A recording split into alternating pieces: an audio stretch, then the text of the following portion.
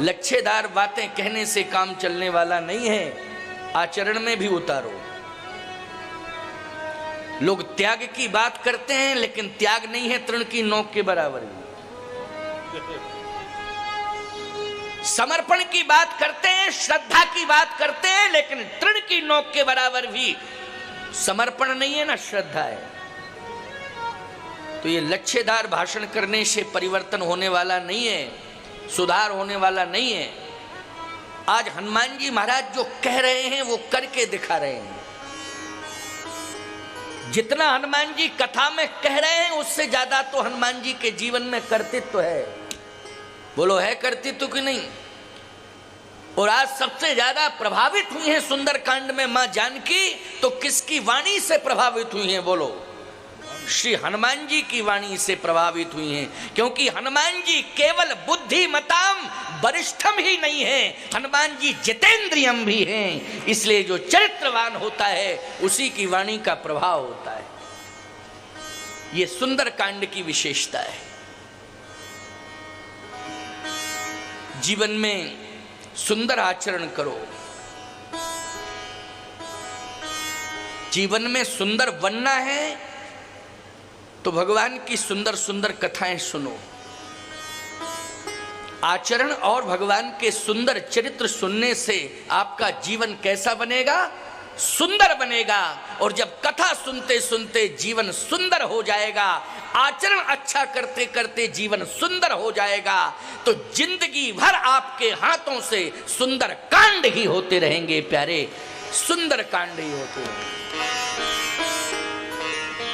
इसलिए कथा सुनाने से और श्री जानकी मां के सुनने से और जानकी जी की व्यथा कथा सुन करके दूर हो गई। इसलिए इस कांड की ये विशेषता है कि ये सुंदर कांड हो गया। अब लंका कांड में हनुमान जी की कथा से ही विभीषण जी का हृदय परिवर्तन हो गया और लंका छोड़ने का संकल्प ले लिया विभीषण ने। बोलो किसकी कथा सुनकर के परिवर्तन हुआ? हनुमान जी की कथा सुन के, और लंका छोड़ने का उसने संकल्प ले लिया। लंका कंचन नगरी है, सोने की नगरी है, सोने की नगरी का त्याग करने का संकल्प विभीषण लेता है। बोलो ये त्याग की पराकाष्ठा पर पहुंचाया है विभीषण को, तो हनुमान जी के वाणी से निकली हुई कथा ने पहुंचाया है। इसलिए कथा बहुत बड़ी उपलब्धि है हम आपके लिए। आज विभीषण राम की शरण में पहुंचा कथा सुन के। कथा सुनकर के मंदोदरी का हृदय परिवर्तन हो गया लंका कांड में। आप कहोगे महाराज कोई प्रमाण है? हाँ, तो लंका कांड का भी मैं प्रमाण दे रहा हूं कि मंदोदरी का हृदय परिवर्तन हुआ। क्या सुन के हुआ? कथा सुन के। हनुमान जी महाराज जब लंका में प्रवेश किए तो उन्होंने संपूर्ण लंका का परिभ्रमण किया। मंदिर मंदिर प्रतिकर शोधा, ये संपूर्ण लंका का परिभ्रमण हनुमान जी के द्वारा हुआ। मंदिर मंदिर प्रतिकर शोधा, देखे जहते अगणित जोधा। लेकिन प्यारे हनुमान जी ने रावण के दरबार में रावण से जो कहा वो मंदोदरी ने भी सुना, राक्षसों ने भी सुना, विभीषण ने भी सुना, सबने सुना। क्या कहा था? हनुमान जी ने कहा जो जीवन का सत्य है वो मैं सुना रहा हूं रावण, अगर मेरी बात मान जाओ तो तुम अजय हो जाओगे, अमर हो जाओगे, तुम्हारी सत्ता क्षुण्ण हो जाएगी। रावण मेरी बात मान लो। यही हनुमान जी की कथा है। हनुमान जी करे थे राम चरण पंकज उर्धरहु, तो लंकाय चल राज तुम करहु, लंकाय चल राज तुम करहु।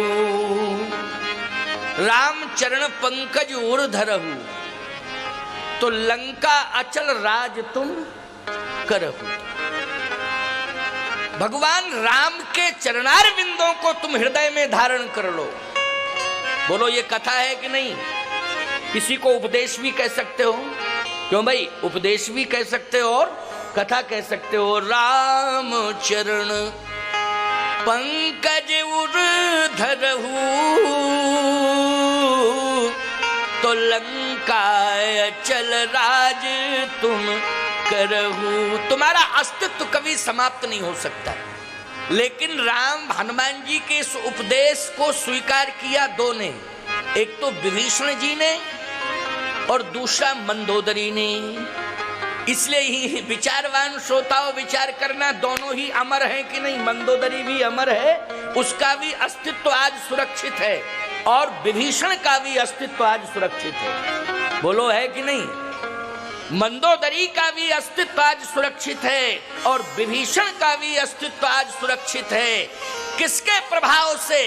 मंदोदरी के व्यक्तित्व के प्रभाव से नहीं, विभीषण के व्यक्तित्व के प्रभाव से नहीं, बल्कि भगवान की कथा सुनने के प्रभाव से दोनों का अस्तित्व आज सुरक्षित है। रावण ने नहीं सुनी कथा, मर गया। मर गया कि नहीं? और कल विजयादशमी है, कल तो गांव गांव में मरेगा। ऐसा कोई गांव नहीं होगा जिसमें मरे ना वो। क्यों भाई? हर साल फूकता है, हर साल पैदा हो जाता है। सावधान। कथा के प्रभाव से मंदोदरी अमर हो गई। अच्छा, मंदोदरी कथा के प्रभाव से अमर हुई। मंदोदरी ने देखो कथा का प्रभाव, वाणी कितनी परिमार्जित हो गई, वाणी कितनी परिष्कृत हो गई। इतनी परिष्कृत वाणी है मंदोदरी की कि आप सुनोगे तो लंका कांड का एक दोहा मैं सुना रहा हूं, दोहा सुना रहा हूं। उस दोहे से ये निर्णय हो जाएगा कि कितनी परिष्कृत प्रांजल भाषा में बात कर रही है मंदोदरी। मंदोदरी कहती है, रावण से राम है सौंपिए जानकी, राम है सौंपिए जानकी, नाय कमल पद्माथ,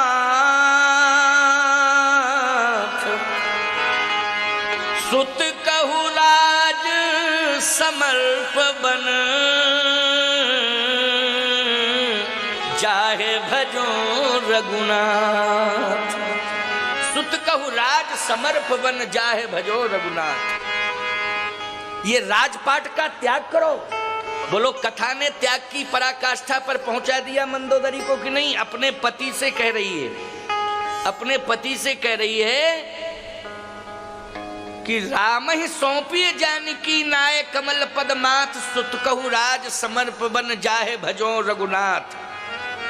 ये संतान को, बेटों को राज्य दे दो और हम तुम दोनों आज जानकी जी को सम्मान पूर्वक ले चलें और भगवान राम के हाथों में सौंप दें। फिर वापस लंका लौट के नहीं आना है, उसी वन में हम दोनों को भगवान का भजन करना है। बस हमारी बात मान लो। लंका वापस लौट के नहीं आना है, उसी वन में, जिस वन में राम रह रहे हैं, उसी वन में राम के हाथों में सीता को सौंप दें और हम तुम दोनों उसी वन में भजन करें। हम तुम दोनों उसी वन में भजन करें। जाहे भजो रघुनाथ, सुत कहु राज समर्प वन, समर्प वन, जाहे भजो रघुनाथ। सोचो जरा, विचार करो, मंदोदरी के हृदय का जो परिवर्तन हुआ, वाणी में जो इतना आध्यात्मिक ओज आया, क्यों भाई? ये किसके प्रभाव से आया बोलो? ये कथा के प्रभाव से आया। और वो भी किसके द्वारा कथा सुनी थी मंदोदरी ने? हनुमान जी के द्वारा कथा सुनी थी। विभीषण के जीवन में भी परिवर्तन आया कि विभीषण ने पूरी कंचन नगरी का त्याग कर दिया, सोने की लंका का त्याग कर दिया। बोलो भाई, ये हृदय परिवर्तन जो हुआ है वो किसके द्वारा हुआ? कथा के द्वारा हुआ। लेकिन कथा किसने सुनाई? हनुमान जी ने सुनाई।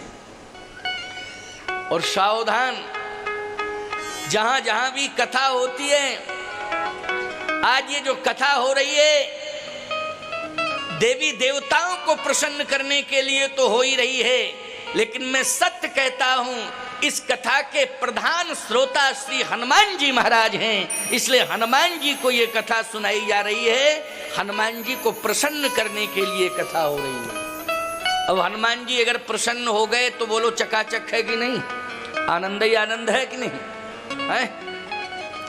तो मैं कहना ये चाहता हूं जीवन में हम सब कथा के श्रोता बने।